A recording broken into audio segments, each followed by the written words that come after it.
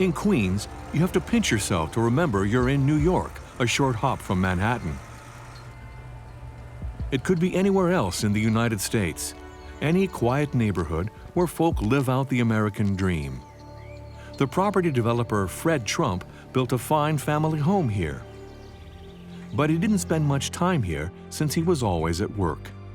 His life plan was simple: marry Marianne MacLeod, a young Scottish girl from a modest background, then earn as much money as possible to set a good example for his kids. Little Donald is the second son.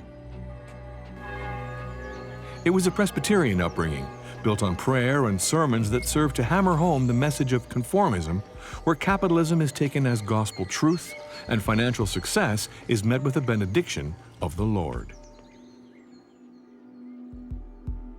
The minister was a guy named Norman Vincent Peale, who wrote a book called The Power of Positive Thinking.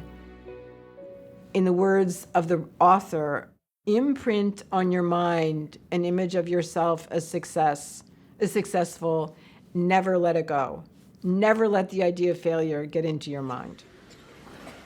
Keep this notion of yourself as successful. If something isn't working out, blame it on somebody else. The whole family lived on the father's terms. Business was good for Fred Trump, who built housing all over Queens for demobilized soldiers. Little Donald wanted to win Fred's approval. He did, however, heed his father's advice.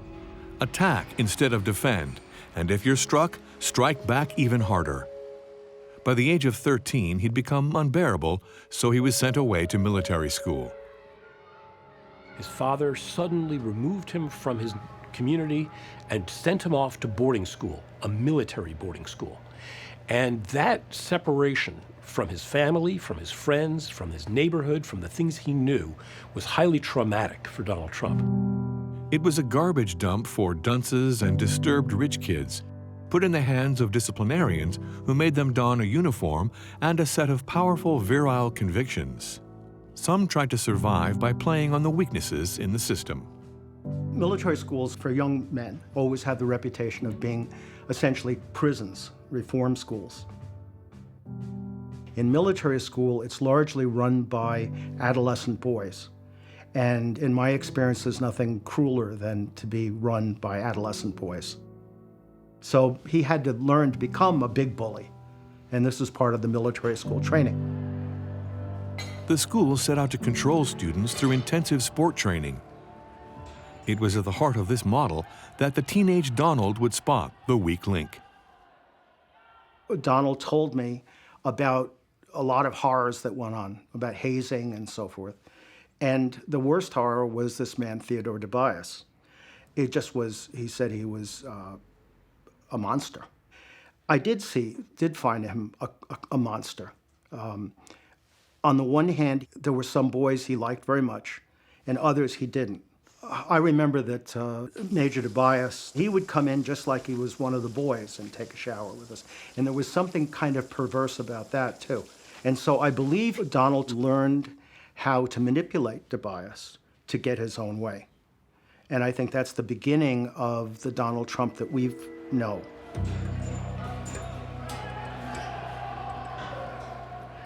Fred Trump told him that you have to be a king and a killer. That was Tobias's feeling entirely also. And I think Donald did understand how to read Tobias and consequently began to think he'd learned how to read his father this way. Donald's first emancipation from his father was when he conquered Tobias and when essentially conquering his father. He said, I've done this now. And then he went on and had a very good success in military school. His parents were reassured. American values and those of his father had been drilled into Donald. It was only through the discipline and the rituals of the military school that he came to find a new place for himself. He became a leader of one of the student groups. He became someone who would bully other kids as a way of showing that he was in charge, he was the boss, that he had a high rank among the students. And he won through that military school experience a sense of himself as a leader in a military environment. Trump Village in Coney Island was Fred Trump's crowning glory, a complex of 7 vast housing blocks built in the 60s. This provided Donald with his first experience in real estate alongside his father. Donald worked for Fred Trump every summer, saw what his father did, saw his father's own business practices of pushing everything to the limit, always at work, always looking for the way to make something that was profitable even more profitable. Donald's ascension alongside his father was the result of one of those tragedies that families would rather remain hidden. That of Fred Jr., his elder brother, a handsome and sensitive man, quite out of step with the arrogant despotism of his father. Some parents murder their children because they are not sufficiently like them. Come on, make way for Donald, who's like me, only worse, and so much the better. Fred was about 40 when he died from alcohol abuse, and was really had a terrible downward trajectory of his life. At the time he died, he was a groundskeeper, a very low paid job, and not the job that the son of the president of an organization would be expected to have. Donald does express occasionally some regrets, some compassion about his brother Fred, sometimes attributes his not drinking to seeing what his brother did, and his not smoking cigarettes to seeing his brother as a chain smoker. The best way to stand up to Daddy Trump was to escape his grip. At 25, Donald had seen enough of Queens. He set his sights on Manhattan, which Fred distrusted for the same reasons which attracted Donald. That was where the power, wealth, and fame was. For an ambitious young man like Donald, this was the kind of city for him. He borrowed $1 million from his father and set out to conquer Manhattan. The challenge was all the more exciting, given that New York was virtually bankrupt at the time. At that time, no one was making any investments in New York City. We were losing population. There was a great increase in welfare, a tremendous increase in crime. People were afraid to walk the streets. And probably during those 4 to 5 years or 6 years, we must have lost about 40 or 50 headquarters companies, which were the heart of what New York City corporate business was all about. And what impressed me the most about Donald was willingness to invest time and money into an area that everybody else was trying to leave. He was very young. I believe he was in his early 20s at that time. He was full of confidence. He had a brash way about him. Scouting for opportunities in Manhattan, Donald spotted the Commodore, a vast yet run-down hotel.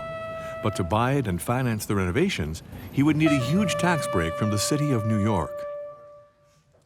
It was an obsolete hotel, and it was just about ready to shut down. He walked into my office and started showing me pictures of the Commodore Hotel and what he wanted to do. And that real estate tax abatement was necessary for the feasibility of the project. So all of the other developers and all of the other financial people thought that he was making a big mistake, and they attributed that to his lack of experience.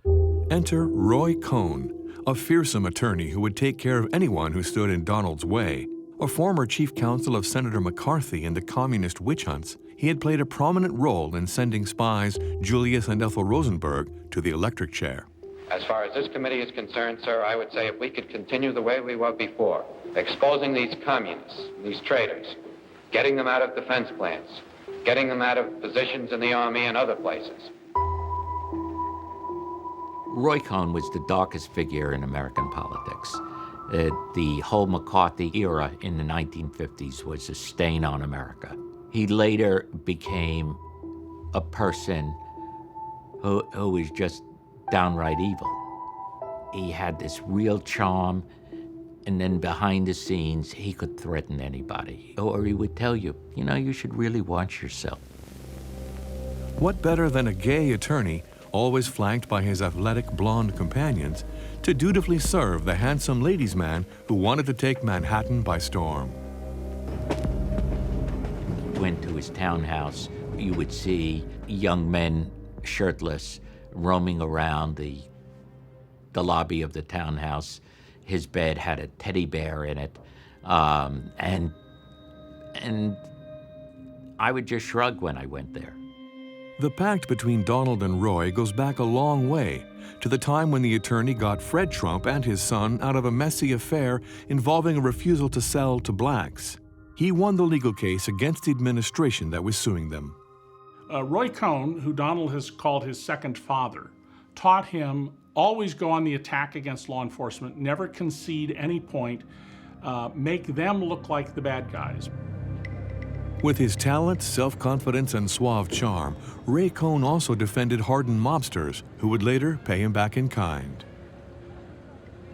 The fact that Donald has been strangers with the truth is a Roy Cohn tactic. They will always throw something against the wall in an effort to make it stick. Donald will say one thing one day, one thing another. Even if it's contradictory, it doesn't matter. It changes direction, and it's too late to catch up at the end of the day because he's already gone on to 15 more subjects. That's exactly what Roy Cohn used to do. 41 years without paying taxes, a tax break of $110 million. Buying the Commodore and renovating it was the deal of the century. Roy Cohn did a good job, but the name above the door had to go to his associates, the Hyatt Group. It's been a long, hard fight. How do you feel? The combination of Hyatt and the new hotel, which is going to be spectacular, something that New York has never seen, with elevators on the outside and atriums and the largest ballroom in the city. We feel all of these are going to combine with really potentially the best area in New York City, and probably New York City's most important area, the Grand Central area. All of this is going to combine to make probably the most successful hotel, one of them in the country, we feel. The inauguration ceremony was his first contact with the new mayor of New York, Ed Koch, a tough character who was not happy about the tax deduction granted by his predecessor and who was preparing himself for the next encounter.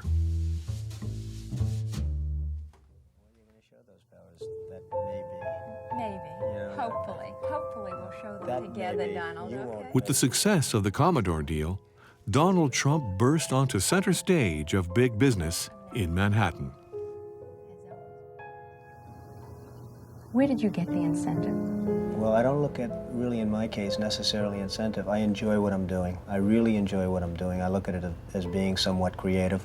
I think I thrive on what I do. I enjoy what I do. I like what I do. And it's not that I'm looking for anything, I just enjoy it. When I get up in the morning, I'm excited about the day. Who would you call if you were in trouble?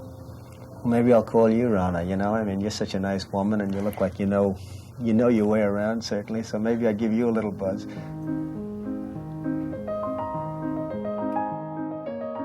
Ivana Zelnikova, a former Czech ski champion, had come a long way before ending up in Manhattan. As for Donald, he wasn't chic enough to attract one of the snobbish Park Avenue heiresses. In short, it was a marriage of convenience, in which the love was mainly for dollars between a couple who shared the same ambition and who relished the pleasure of shocking the truly wealthy by taking as much money off of them as possible. She was always out to please him, and, he gave her a hard time, and she took it, but he also trusted her a lot, and he put her in a lot of different positions over time. He really gave her a lot of responsibility, and she also didn't take any guff from anyone. From her communist past, Ivana retained the reflexes of faceless bureaucracy. She knew how to leave bills unpaid. Wonderful. Donald is just a wonderful human being. He's giving and he's warm, and a lot of people, they look at him as a tough businessman, which he is. But Donald is, if you're good to him, he's good to you. If you're not good to him, you're dead, because sooner or later he outsmarts you somewhere. You liked the Commodore after its Donald Trump makeover? You're going to love Trump Tower at the heart of Manhattan's Midtown business district. And this time, there's no question of getting the wrong address. Donald's name is on the front of the building. The finest piece of real estate, considered to be the finest piece of real estate in the world, is at the corner of 5th Avenue and 57th Street. That's the Tiffany corner of the world. We're now building a 68-story tower at 5th Avenue and 57th Street, which is going to be, I believe, the most spectacular building of its kind in the world. Nobody believed it would be possible to build that kind of a building in that location because nobody ever assumed that that location could possibly be purchased. But all of a sudden it was. For Donald, Trump Tower was the mother of all future battles. And his radical decision to hire a woman engineer to steer the project proved to be a shrewd one. I think Donald loved the fact that he hired a woman to be in charge of Trump Tower. Because as soon as he did it, he put out the word that he, Donald Trump, was the first one to ever hire a woman to build a major skyscraper. He loved the fact that I was challenging. He loved the fact that I was a little 5'3" nothing, and I would go toe-to-toe with these big, burly guys. And I had no fear or anything like that. And that's what he likes in people. He loved that. Well, I wasn't a killer, but I didn't take any crap from anybody. I stood up to everyone, whether it was Donald, who I stood up to millions of times, or some guy in the field, a plumber or an electrician. He could be extremely mean. He had a crew on that worked for him, and he treated them terribly. He embarrassed them in front of us, and he sensed weakness, and he exploited it. I was not going to work for somebody who would badmouth me and lambaste me and embarrass me in front of other people. But because of my nature, he never did that. Donald and I were very close on Trump Tower, very close. He was like a mentor to me, almost like a big brother. And of course, I held my own because he knew nothing at all about construction, zero. And I did all that. And we had some beautiful fights, really. He accused me of something terrible, which is wrong. And you know, people say Trump never ever says he's sorry. Well, he said he was sorry to me. And that is probably one of the few times he ever apologized to anybody. One of the main motivations for future buyers was not the view over Central Park. It was the astronomical price tag per square foot. Donald made that his central sales pitch. And the higher it was, the better, as long as you counted like Donald.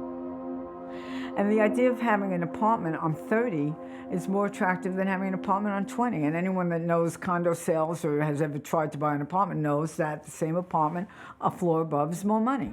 So that was his notion, that he would increase the lure or the allure of an apartment by putting it 10 floors higher.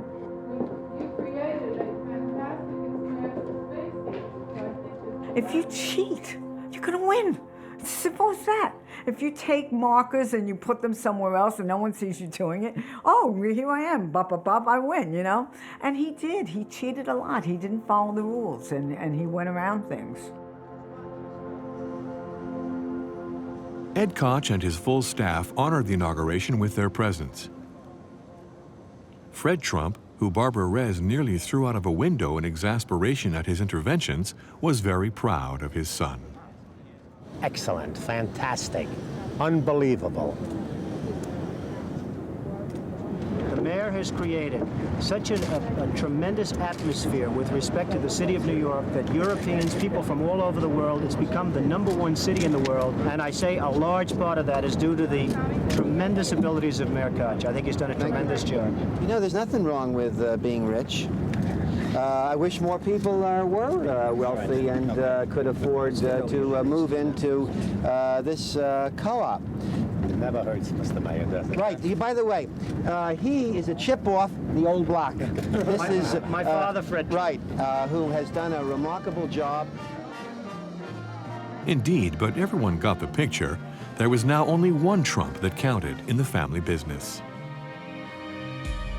At 38, Donald Trump joined the pantheon of captains of industry, whose legendary status was cultivated by capitalism. He's an American phenomenon who's had, I would say, a more profound effect on this city and changing its face and changing its image than any other person.